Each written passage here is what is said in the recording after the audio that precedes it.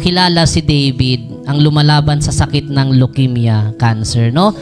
Sa mga gustong tumulong, mga S-friend, lumapit lamang kayo or makipag-communicate kayo sa Tanging Healing Foundation.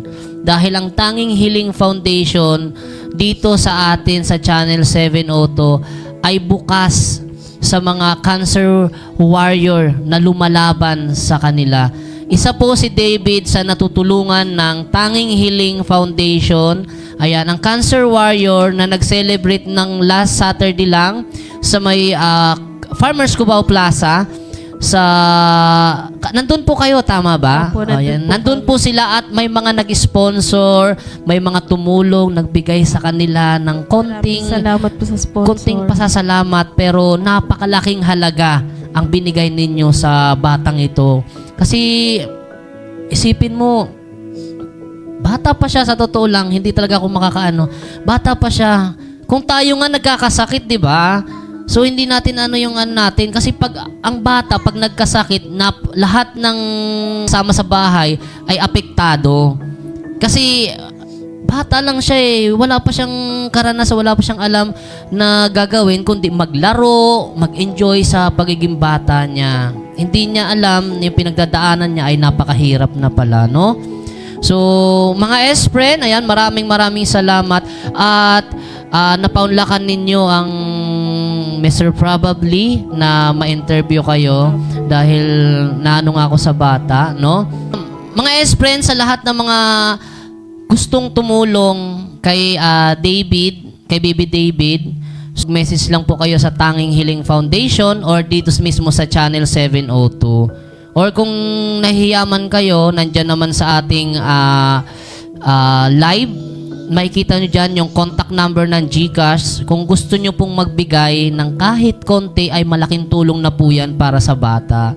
No? Maraming salamat. Kasi bihira lang tayo, puro tayo saya-saya, puro nag-i-enjoy sa buhay, pero hindi natin alam, meron palang batang nangangailangan ng tulong. Diba? So, akalain mo yun, dito pa sa Mr. Probably, makakasama natin ng isang cancer warrior. Ayan. So, nandito si Ma'am Marge. Ayan. So, meron siyang gustong sabihin at ibibigay na tulong sa kanya. Sit down yourself. Ayan. So, ayan. Si Mami Marge ang may-ari ng Channel 702. And then, siya rin po ang nag-ano ng Tanging Healing Foundation. So, Mama Marge, anong gusto mong sabihin sa anak mo?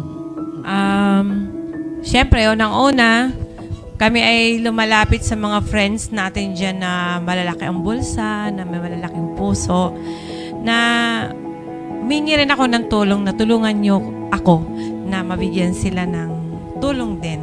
Dahil alam naman natin na bago lang yung Tanging Healing, wala pa siyang sapat na pundo para matugunan yung kanilang kailangan.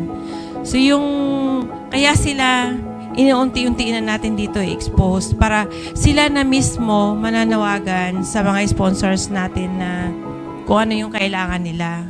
Kasi sila yung nakakaalam, lalong-lalo na sa oras ng pangailangan nila ng dugo, kailangan nila ng mga gamot-gamot dyan. Kasi kung minsan wala ng pundo ang ospital, meron pa naman tayo mas maraming may pusong tumutulong. Hindi lang puro issue sa problema ng bayan. Marami pa dyan natitira na pwedeng gusto nilang tumulong sa mga ganitong case ng mga bata.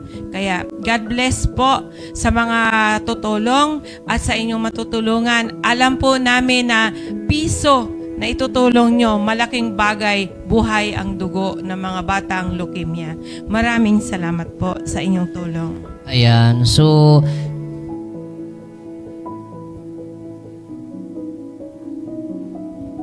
sige. Ayan. So, maraming salamat sa ating mismong president ng ating Channel 702. Sila po yung may-ari nito, no? So, ito nga. So, maraming salamat sa ating guest, si David, si Ma'am Arlene at si Sir Loigi? Ayan. So, meron po ditong nagbigay ng tulong. Alam ko, maliit lang to, pero malaki ang may tutulong nito sa inyo. Mula po ito sa programa at foundation ng Tanging Hiling Foundation. At ibibigay po namin ito kay Baby David. Ayan, so ang nagbigay ng sponsor na to, maraming salamat po sa Namares Organization. Maraming salamat Namares Organization sa inyong binigay na tulong sa ating Tanging Hiling Foundation, sa ating mga cancer warrior, si Baby David. Ipaparating po namin ang tulong na binigay ninyo sa pamamagitan ng sobre na ito, kasi sobre nga eh. Ayan, so maraming salamat Baby David. Ito ay para sa iyo mula sa Tanging Hiling Foundation at binigay po ng Namaris Organization. Ayan. Maraming salamat po sa Tanging Hiling Foundation at kay Ma'am Namaris Organization. Namaris Organization po. Maraming salamat po. Malaking tulong po ito sa anak namin, lalo po na ang hirap-hirap po ng financial po. Ayan. So maraming salamat. Gamitin mo yung baby para sa pagpapagaling mo. Huwag kang mag-alala kasi nandito ang Mr. Probably. Ito po yung sinasabi natin na kaya tayo nandito sa isang programa, hindi lamang po gusto natin kumita or magpakilala sa ating mga audience. Dito rin po sa programa ay gusto natin makatulong, lalong-lalo na sa mga batang lumalaban sa sakit na cancer. So, napakasarap sa feeling na makatulong. Maliit man o malaki, wala tayong alintanan sa pagtulong dahil ang blessing ni God ay siksik-liglig na ibabalik mismo sa atin, sa mga puso natin. Ayan, so maraming salamat, Baby David. At syempre, nandito rin po ang Eagle Extreme Bloom ang magbibigay sa inyo ng Kojic Soup. Alam ko naman na hindi na kailangan ni Baby David to kasi ang puti niya na.